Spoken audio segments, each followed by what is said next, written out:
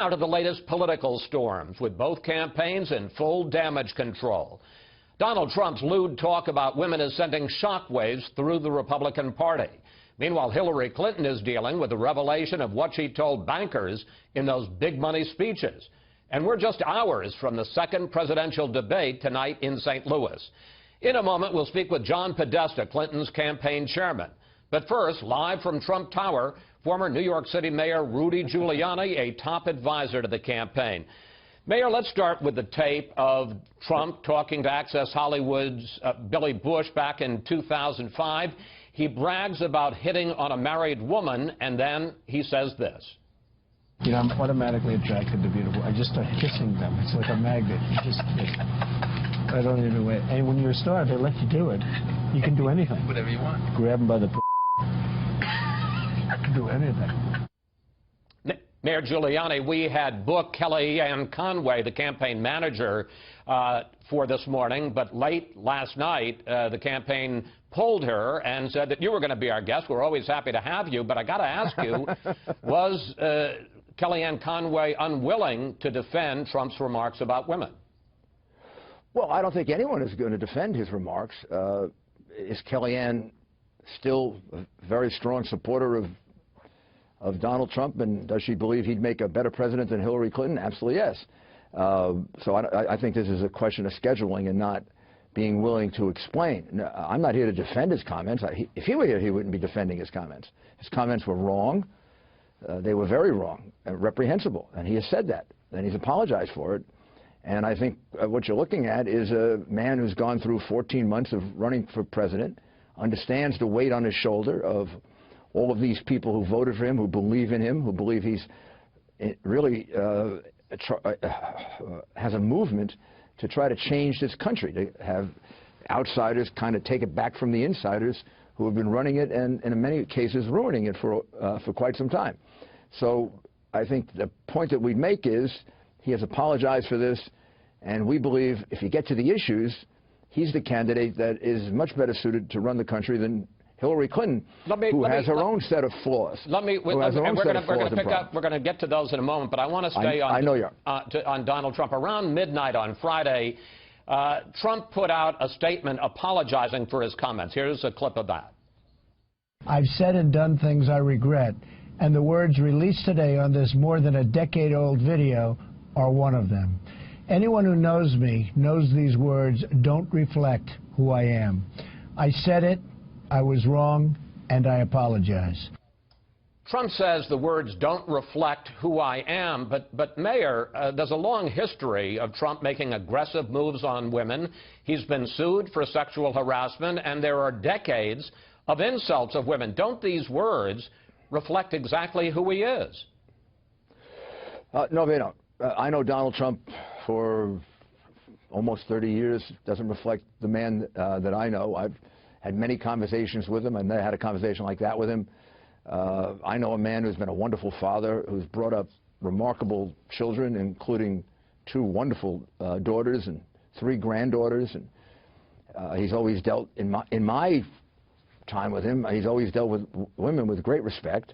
And he's been a gentleman. So are there things that he's done wrong during that period of time, or things that he said wrong that he wishes he didn't? I'm sure there are. But the reality is he also has gone through something that is transformational in a person's life, a presidential campaign. He's gone through 14 months of being out there, hearing what people are worried about and afraid of losing their jobs, having lost their jobs, jobs being moved from Ohio to Mexico, or from Michigan to Mexico, or from Pennsylvania to China. People who are worried that they're going to be completely out of work, like the coal miners that Hillary Clinton said are all going to be fired and all going to be gone.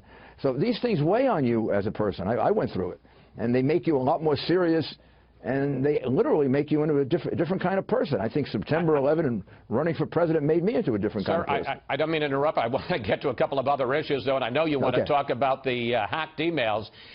One more question about Trump, though, because there has been a storm of criticism inside the GOP against Trump, and some people are now calling for him to drop out. Let's put up some of the reaction. Dozens of people of GOP leaders have abandoned him. House Speaker Paul Ryan said, "I am sickened by what I heard today." Senate Majority Leader Mitch McConnell, "These comments are repugnant and unacceptable in any circumstance." Congressman Jason Chaffetz, "I'm out. I'm pulling my endorsement." And Congresswoman Martha Roby, "The best thing for our country and our party is for Trump to step aside." Now, I know you say, well, that's the elite or that's the establishment. There are a lot of people who were Trump supporters and have had enough. And I guess my question is, if the GOP, if leaders were to come to Donald Trump this week and say, for the good of the party, to save the GOP majorities in the House and the Senate, you've got to step down, what will he do?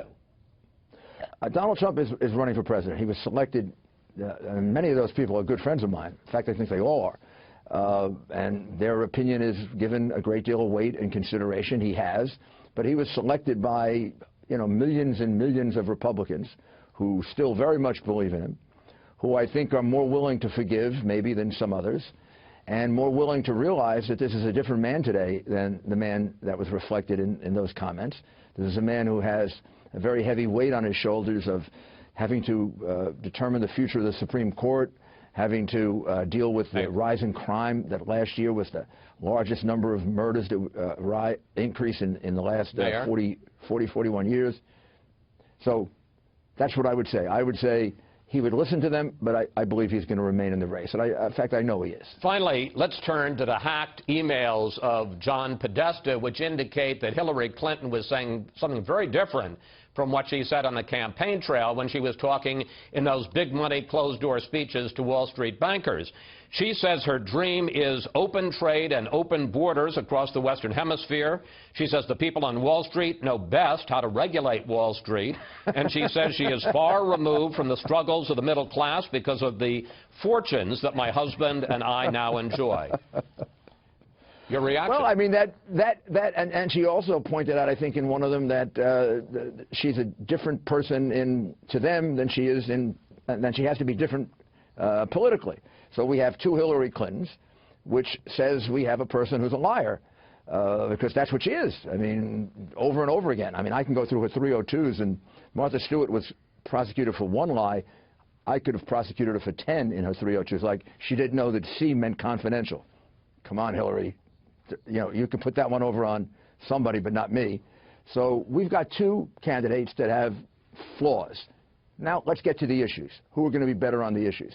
And I do think one of the really horrible things about that is, had those come out, Bernie Sanders would be the candidate now that we'd be running against, not her, because she fought so hard to keep those secret. We now know why.